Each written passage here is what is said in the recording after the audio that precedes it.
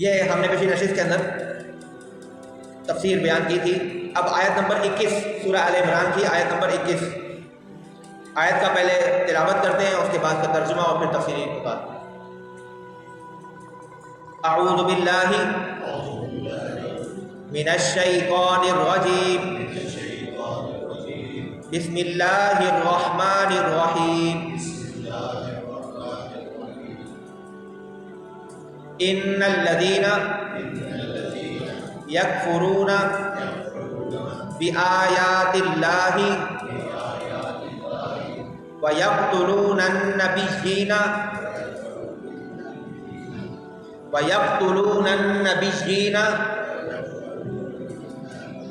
بِغَيْرِ حَقٍّ وَيَقْتُلُونَ الَّذِينَ يَأْمُرُونَ بِالْقِسْطِ مِنَ النَّاسِ فَبَشِّرْهُم بِعَذَابٍ أَلِيمٍ۔ کی آواز تھوڑی کم کر دو۔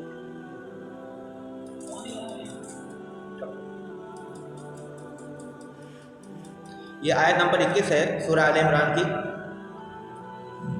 اس میں اللہ تبارک و تعالی ان لوگوں کے بارے میں بیان فرما رہا ہے کہ جو لوگ نہ ماننے والے ہیں، جو گروہ ہیں، ان کی نشانیاں اب اللہ تعالیٰ بیان فرما رہا ہے۔ پچھلی آیت مبارکہ میں آیت نمبر 20 کے اندر اللہ تعالیٰ نے بیان فرمایا تھا فَإِنْ حَاجُّوكَ، بس اے حبیب اگر یہ لوگ آپ سے جھگڑا کریں، اگر یہ لوگ آپ سے جھگڑیں، آپ پر ایمان نہ لائیں، تو وہ لوگ کون ہیں جو حضور علیہ السلام پر ایمان نہیں لاتے بلکہ بجائے ایمان لانے کے بحث مباحثہ کرتے ہیں اور جھگڑا کرتے ہیں۔ اس آیت مبارکہ میں ان لوگوں کی نشانیاں کہ وہ لوگ کون ہیں، ان کی کیا حرکات اور سکنات ہیں، اس کا ذکر کیا جا رہا ہے۔ اللہ فرماتا ہے ان الذین یکفرون بآیات اللہ، بے شک وہ لوگ یکفرون بآیات اللہ، جو اللہ کی آیتوں کا انکار کرتے ہیں۔ اب یہ نشانیاں بتائی جا رہی ہیں ان لوگوں کی جو جھگڑتے ہیں اور رسول اللہ صلی اللہ علیہ وسلم پر ایمان نہیں لاتے۔ وہ کیسے لوگ ہوتے ہیں، ان کی کیا نشانیاں ہیں؟ اس سے مراد ویسے یہودی ہیں، جو مدینہ منورہ کے ارد گرد بسنے والے جو یہودی تھے، ان کے حق میں یہ آیات نازل ہوئی ہیں۔ اس کا شان نزول بھی میں آپ کے سامنے ابھی بیان کرتا ہوں، پہلے یہ آیت کا ترجمہ دیکھ لیں۔ ان الذین، بے شک وہ لوگ یکفرون بآیات اللہ، جو اللہ کی آیتوں کا انکار کرتے ہیں، کفر کرتے ہیں۔ کفر کا ایک مطلب کیا ہے کہ نہ ماننا۔ کفر کیا ہوتا ہے؟ ایک طرف ایمان ہے اور ایک طرف کفر ہے۔ ایمان کا مطلب کیا ہوتا ہے؟ ماننا، اور کفر کا مطلب کیا ہوتا ہے؟ نہ ماننا، انکار کرنا۔ یہ اس کا لغوی مطلب ہے۔ یہاں پر لغوی مطلب بھی مراد دیا جائے گا کہ بے شک وہ لوگ جو اللہ کی آیات کا انکار کرتے ہیں۔ ایک نشانی یہ ہو گئی۔ دوسری نشانی کیا ہے؟ وَيَقْتُلُونَ النَّبِيِّينَ بِغَيْرِ حَقٍّ، اور وہ لوگ جو اپنے انبیاء کو قتل کرتے ہیں بغیر کسی وجہ کے، ناحق اپنے انبیاء کو قتل کرتے ہیں، شہید کرتے ہیں۔ اور تیسری نشانی اللہ نے بیان فرمائی وَيَقْتُلُونَ الَّذِينَ يَأْمُرُونَ بِالْقِسْطِ مِنَ النَّاسِ، اور وہ لوگ قتل کرتے ہیں الذین، ان لوگوں کو، یأمرون، جو کہ حکم دیتے ہیں، بالقسط، عدل و انصاف کا، من الناس، لوگوں میں سے۔ ایک تو انبیاء کو قتل کرتے ہیں، اور دوسرے وہ لوگ، وہ گروہ جو کہ ایک کمیونٹی میں، ایک علاقے میں رہنے والے ایسے لوگ جو کہ ہر وقت اللہ کی طرف دعوت دیتے ہیں، تبلیغ کا کام کرنے والے لوگ، نیکی کا حکم دینے والے، برائی سے روکنے والے لوگ، جو عدل و انصاف کی بات کرنے والے لوگ ہیں، ان کو بھی قتل کرتے ہیں۔ تین نشانیاں اللہ تبارک تعالیٰ نے اس آیت مبارکہ میں ان جھگڑا کرنے والے اور نہ ماننے والے لوگوں کی بیان کی، یعنی یہودیوں کی تین نشانیاں اللہ تعالیٰ نے بیان فرمائی کہ ان کی عادتیں کیا ہیں، ان کے کیا کارنامے ہیں، انہوں نے کیا کیا ہے اپنی ہسٹری میں، انہوں نے کیا کیا تاریخ کے اندر، اپنے انبیاء کے ساتھ کیا معاملہ کیا۔ پہلے تو کیا کہ اللہ کی آیات کا انکار کرتے ہیں۔ اللہ کی آیات سے یہاں پر بہت سی باتیں مراد ہو سکتی ہیں۔ ایک قول تو اس کے اندر یہ ہے کہ آیت مبارکہ چونکہ نبی اکرم صلی اللہ تعالیٰ علیہ وسلم پر نازل ہوئی ہے، تو اللہ کی جتنی بھی آیات اور اللہ کی جتنی بھی نشانیاں ہیں، ان میں سے سب سے بڑی نشانی جو ہے وہ رسول اللہ صلی اللہ تعالیٰ علیہ وسلم کی ذات ببرکات ہے۔ اللہ کی سب سے بڑی نشانی کیا ہے؟ رسول اللہ صلی اللہ تعالیٰ وسلم کی ذات۔ اللہ کی وحدانیت کی دلیل بھی رسول اللہ کی ذات ہے، اور اللہ تعالیٰ کے واحد اور واجب الوجود اور لا شریک اور لہو ہونے کی بھی نشانی جو ہے وہ کون ہے؟ رسول اللہ صلی اللہ علیہ وسلم کی ذات ہے۔ کیوں ایسا کیوں؟ کیونکہ حضور علیہ الصلوۃ والسلام نے اپنی زندگی سے کفار و مشرکین کے درمیان رہتے ہوئے یہ ثابت کر کے دکھایا کہ آپ صلی اللہ تعالی وسلم صادق اور امین ہیں۔ 40 سال آپ صلی اللہ تعالیٰ علیہ وسلم نے کفار کے درمیان گزارے، ایسے زمانے کے اندر گزارے کہ جہاں پر کوئی قواعد، ضوابط، اصول، قوانین کچھ نہیں تھے۔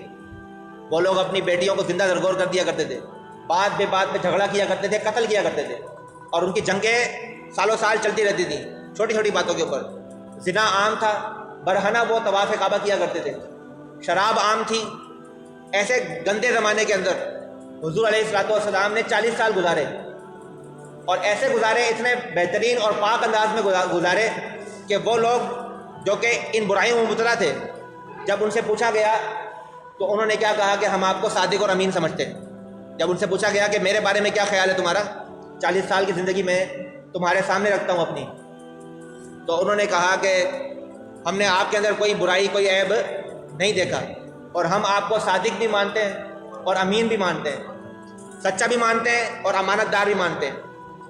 تو حضور علیہ الصلوۃ نے فرمایا کہ جب تم مجھے سچا بھی مانتے ہو اور امانت دار بھی مانتے ہو تو پھر اس بات کو بھی مانو کہ میں اللہ کا رسول ہوں اور اللہ وحدہ لا شریک ہے۔ آپ صلی اللہ تعالیٰ علیہ وسلم نے اپنی زندگی ان کے سامنے پیش کی نا کہ 40 سال میں نے تمہارے درمیان گزارے، کیا کبھی میں نے جھوٹ بولا؟ کیا کبھی میں نے کسی کی امانت میں خیانت کی؟ تو جو اللہ نے مجھے امانت رسالت دی ہے، نبوت کی جو امانت دی ہے، رسالت کی جو امانت دی ہے، میں اس میں بھی خیانت نہیں کر سکتا۔ اللہ نے مجھے رسول اور نبی بنایا ہے تو میں اس بات سے خیانت نہیں کر سکتا۔ میں تمہیں جو بتا رہا ہوں کہ میں اللہ کا نبی اور رسول ہوں، اس بات میں کوئی جھوٹ نہیں ہے، صداقت ہے۔ اور جو میں تمہیں بتا رہا ہوں کہ اللہ وحدہ لا شریک ہے، یہ جو 360 بت تم نے خانہ کعبہ میں رکھے ہوئے ہیں، یہ کوئی خدا نہیں ہے۔ خدا کون ہے؟ جو سب کا خالق و مالک ہے۔ تو آپ صلی اللہ تعالیٰ علیہ وسلم نے گویا اپنی زندگی کو دلیل بنایا نا، اور انہوں نے مانا بھی کہ ہاں واقعی آپ کی زندگی ایک دلیل ہے کہ آپ صادق ہیں، امین ہیں۔ تو پھر آپ نے جو پیغام ان کو دیا انہوں نے اس کا انکار کر دیا۔ یہ تو ان کی گمراہی تھی، جو ماننے والے تھے، جو ایمان لانے والے تھے، وہ ایمان بھی لے آئے۔ تو حضور علیہ الصلوۃ والسلام کی ذات ببرکات جو ہے وہ اللہ تعالیٰ کی نشانیوں میں سے ایک بڑی نشانی ہے، صحیح ہے۔ تو جو اللہ نے فرمایا کہ وہ لوگ انکار کرتے ہیں اللہ کی نشانیوں کی، اس کی ایک تفسیر یہ بھی ہو سکتی ہے کہ انہوں نے آپ صلی اللہ تعالیٰ علیہ وسلم کی رسالت کا انکار کیا۔ یہودیوں نے، نصرانیوں نے حضور علیہ الصلوۃ والسلام کو اللہ کا رسول اور نبی نہیں مانا، اپنے نبی اور رسول کے رسالت اور نبوت پر ڈٹے رہے، آپ صلی اللہ تعالیٰ وسلم کو رسول اور نبی نہیں مانا، اس لیے وہ دائرہ اسلام میں داخل نہیں ہو سکے۔ اس لیے اللہ تعالیٰ نے ان کی مذمت بیان فرمائی کہ وہ لوگ کیا ہیں؟ کافر ہیں، وہ اللہ تعالیٰ کی ان نشانیوں کا انکار کرنے والے ہیں۔ ایک تفسیر اس کی یہ ہو سکتی ہے۔ دوسری تفسیر اس کی یہ ہے کہ جو تورات میں، انجیل میں رسول اکرم صلی اللہ تعالیٰ علیہ وسلم کی بعثت سے متعلق نشانیاں، یہاں تک کہ آپ کا نام نامی احمد، اس کا ذکر بھی انجیل کے اندر، تورات کے اندر آیا، اور وہ علماء جو یہود کے یا نصرانیوں کے جو علماء تھے وہ جانتے ہیں کہ یہ واقعتاً جو نشانیاں ہیں جو آخری نبی کے آنے کے بارے میں ہماری کتابوں میں اللہ تبارک و تعالیٰ نے بیان فرمائی ہیں، وہ ساری نشانیاں اس محمد صلی اللہ تعالیٰ علیہ وسلم پر صادق آ رہی ہیں۔ جانتے بوجھتے ہوئے، سمجھتے ہوئے، پھر بھی وہ آپ صلی اللہ تعالیٰ علیہ وسلم کو اللہ کا نبی نہیں مانتے، ان پر ایمان نہیں لاتے۔ تو اس لیے اللہ تعالیٰ نے فرمایا کہ یہ لوگ اللہ کی آیتوں کا انکار کرتے ہیں۔ کن آیات کا؟ جو کہ انجیل میں، تورات میں، زبور میں اللہ تعالیٰ نے بیان فرمائی تھی کہ ایسا میرا ایک نبی آئے گا آخری زمانے میں، جو آخری نبی ہوگا، جس کا نام احمد ہوگا۔ یہ الفاظ ہیں انجیل کے اندر موجود، لیکن انہوں نے اس بات کو نہیں مانا۔ تو اس لیے اللہ تعالیٰ نے فرمایا ان کی پہلی جو بتائی صفت، ان کا پہلا جرم جو بتایا وہ یہ کہ یہودی وہ لوگ ہیں کہ جو لوگ اللہ تعالیٰ کی آیتوں کا انکار کرتے ہیں۔ یہ بات آپ کو سمجھ میں آ گئی؟ اچھا، دوسرا جرم جو اللہ تعالیٰ نے بیان فرمایا، وَيَقْتُلُونَ النَّبِيِّينَ بِغَيْرِ حق، اور وہ ناحق اپنے نبیوں کو شہید کرتے ہیں۔ یہ بات آپ کے سامنے پہلے بھی میں نے مختلف آیات کے تفسیر کے اندر بیان کی کہ مختلف زمانوں کے اندر یہودیوں نے اپنے انبیاء کرام کو قتل کیا۔ واقعات بہت سارے ہیں۔ زکریا علیہ السلام کا واقعہ آپ کے سامنے، آرے کے ساتھ ان کو کاٹ دیا گیا، 2 ٹکڑے کر دیا گیا۔ درخت کے اندر آپ نے پناہ لی تھی تو وہاں پر آپ کو شہید کر دیا گیا۔ یحییٰ کو شہید کر دیا گیا۔ اس کے علاوہ جو دوسرے انبیاء کرام کے واقعات ہمیں ملتے ہیں ان کو حضرت یوشع کو شہید کیا گیا۔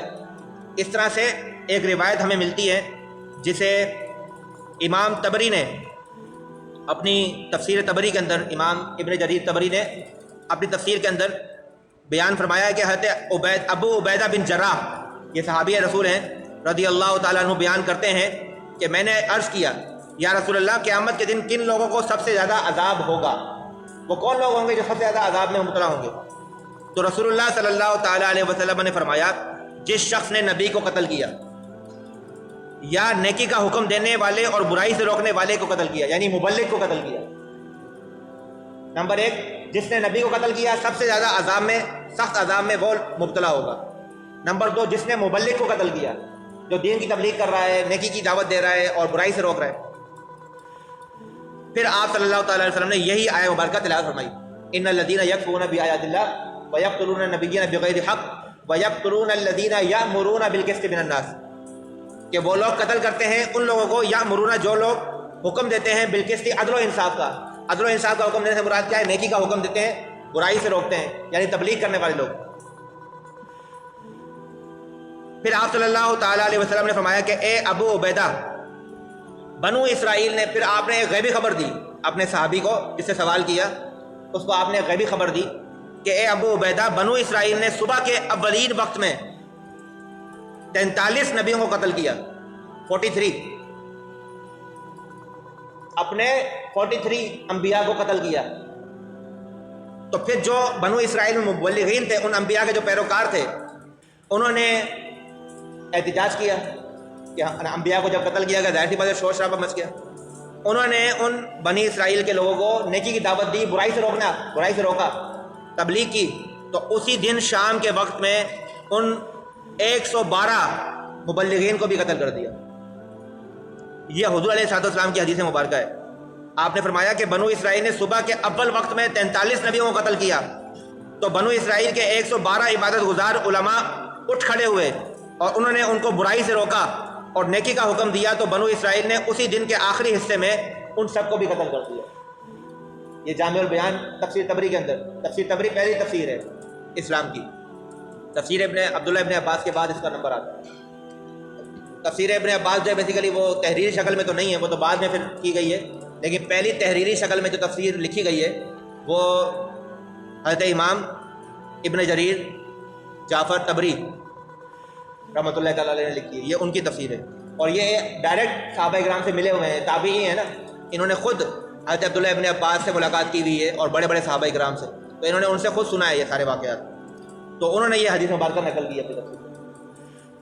تو آپ یہ دیکھیں کہ یہودیوں کا کتنا بڑا گناہ ہے، ایک تو نبی کو مانتے نہیں ہیں اور پھر نبیوں کے ساتھ کرتے کیا ہیں۔ سورہ یاسین کا بھی ذکر آیا نا، 2 انبیاء کرام کو قتل کر دیا، 3 انبیاء کرام کو ایک قوم کی طرف اللہ تعالیٰ نے بھیجے، ان کو قتل کر دیا۔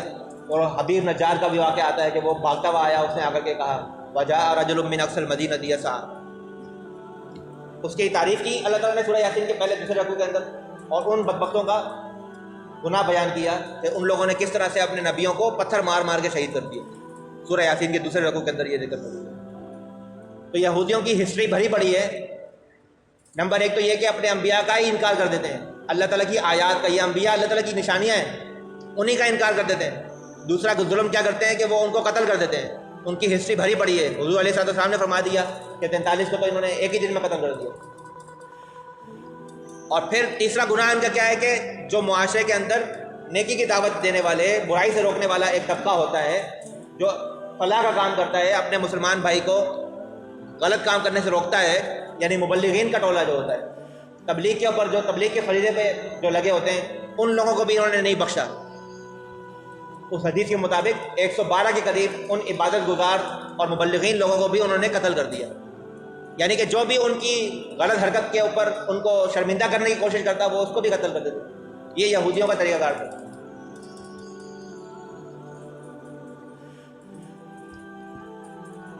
تو اللہ تعالیٰ نے اس آیت نمبر 21 کے اندر یہودیوں کی 3 نشانیاں، 3 جرم بیان کر فرمائے، اور یہ آیت مبارکہ نازل کرنے کا مقصد کیا تھا کہ جو حضور علیہ السلام کے زمانے میں جو یہودی تھے مدینہ کے اندر رہنے والے آس پاس کے، جو حضور علیہ السلام کو چیلنج کرتے تھے مختلف چیزوں کے اندر، تو ان کو ان کا آئینہ دکھایا کہ تم تو یہ ہو، تمہارے تو یہ حرکتیں ہیں، تم کیا بات کرتے ہو, تمہاری بات کا کیا اعتبار کیا جائے؟